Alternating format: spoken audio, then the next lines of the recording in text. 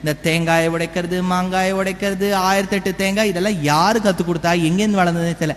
அதனாலதான் இந்த காலத்து பிள்ளைகள் இந்த கேள்வி எல்லாம் கேட்டா நமக்கு பதில் சொல்ல தெரிய மாட்டேங்குது. ஏதாவது ஒரு சாஸ்திரத்துல 108 தேங்காயை உடைச்சா காரியம் நடக்கும்னு சொல்லியிருக்கேன்னா நான் ஒத்துக்கிறேன். எந்த சாஸ்திரத்திலையும் இல்லை. உடனே நீங்க குமுதத்துல இருக்கு, கல்கியில இருக்கு, தீபாவளி மலர்ல இருக்குலாம் சொல்லாதீங்க. அதெல்லாம் எழுதினவர் யாருன்னு நமக்கு தெரிய மாட்டேங்கிறது. அதுல எல்லாம் இல்லை. அதே சமயத்துல பரிகாரம்னு ஒண்ணு கிடையவே கிடையாது ஜாதக சாஸ்திரத்துல. எங்க தாத்தா ஜாதகக்காரரா இருந்தார். இந்த பரிகாரம் பண்றது, கிழக்காக இந்த விளக்கு ஏத்து, மேற்காக அந்த விளக்கை ஏத்து. விளக்குங்கிறது எல்லா பக்கமும் ஜோதி இருக்கு. அது என்ன கிழக்கா ஏத்துறது மேற்கா ஏத்துறது?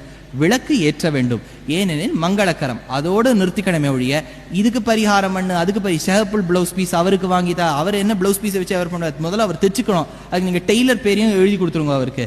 கடைசியில் இந்த பிளவுஸ் பீஸ் நம்ம கைக்கு தான் வரப்போகுது, சும்மா பேருக்கு வாங்கி தரோம்.